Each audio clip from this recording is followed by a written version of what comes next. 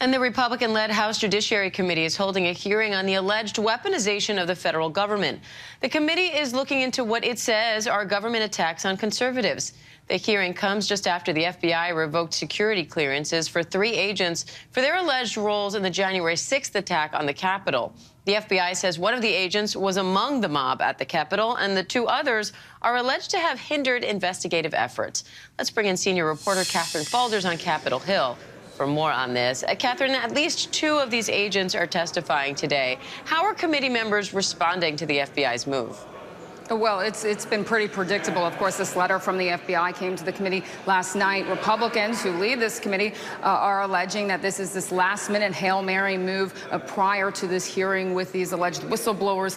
Today, they're saying that they don't believe, obviously, what's in that letter that the FBI alleged. The whole premise of this has to do with security clearances, at least in that letter. And this information was requested by the committee prior to this hearing. So 2 of these agents who are testifying before the committee today had their clearances revoked. They were either at the Capitol or were posting information on their social media accounts or on their emails about January 6th, espousing alternate theories, for example. Now, Republicans are saying that because their security clearances were revoked and there's obviously an ongoing investigation, they've been suspended while this happens, Republicans are essentially saying that they're being retaliated against. The FBI, of course, would disagree with that, but as you mentioned there at the top, it's pretty predictable how each side is responding to this. Of course, Republicans are accusing Democrats of undermining their credibility.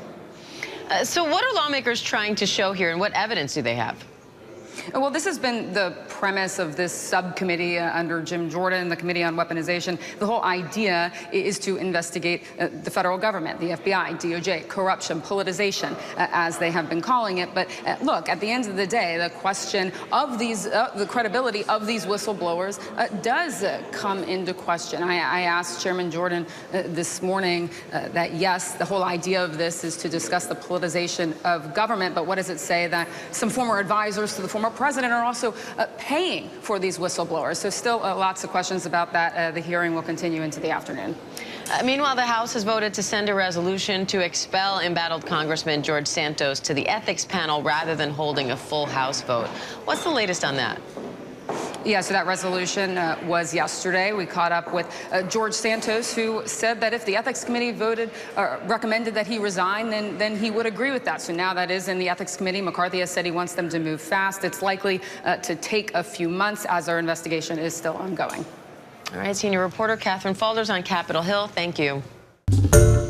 Hi, everyone. George Stephanopoulos here. Thanks for checking out the ABC News YouTube channel. If you'd like to get more videos, show highlights, and watch live event coverage, click on the right over here to subscribe to our channel. And don't forget to download the ABC News app for breaking news alerts. Thanks for watching.